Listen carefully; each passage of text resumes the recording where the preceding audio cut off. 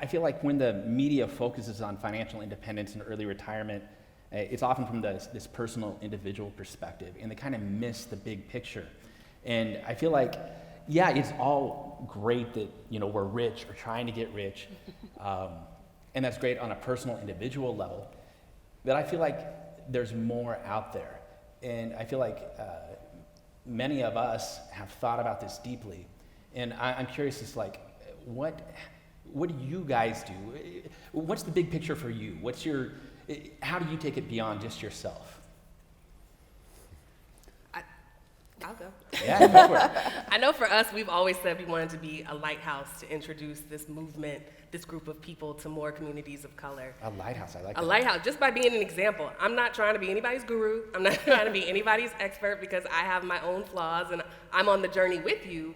But I think part of the reason why progress has been so slow in different communities is because we haven't had the same number of stories, examples, role models. We don't all have a Mark Zuckerberg or another one. Like we don't all have these very prominent examples of people who bucked the system, decided to do something different, and were successful at it.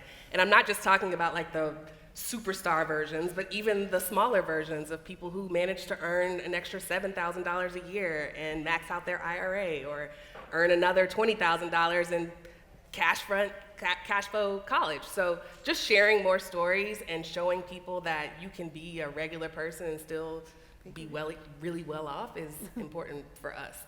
That's our goal. And I think as somebody that looks a lot like you, JD, it's kind of favorites. But it's up to creators like me who represents those people. There were, my wife and I were talking about this, that a lot of old white guys have done horrible things with her career. And as a guy who's becoming every day an older white guy, it's up to me to be part of the voice of change and to make sure that our show is very diverse. I can't do everything for the world, but I can certainly in my backyard make sure that a lot of these promising voices that look a lot like the people that trust us for knowledge represent those different people in those different cultures. Yeah.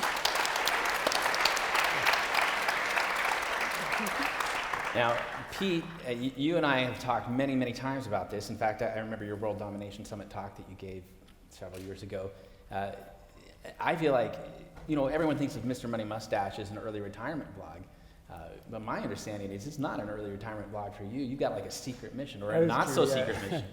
Yeah, the whole thing about personal finance is just invisible. It's like a pretend carrot to get people interested in their self-interest.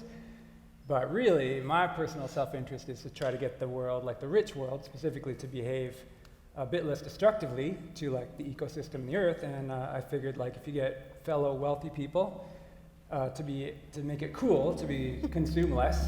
Oh yeah, that's right. Then wow. You will, often people will follow the next thing up in the ladder, the next level up of wealth, and they're like, oh, the rich people are doing this, so I want to do this too. So yeah, if you make it cool to be like more eco-friendly and consume less and pollute less, climate change and fossil fuel burning especially, then it can probably influence the world in a pretty big way, instead of just making it like an eco-shaming thing, like, oh, you dirty people for taking flights or whatever. If you make it cool and aspirational, and by the way, you also get to have like 50 more years of retirement as your reward. So using the carrot instead of the stick. Yeah, right. Yeah. So that's kind of my secret mission, behind writing about money, even though it's not actually about money. Yeah. I said that in public though. It's ruined.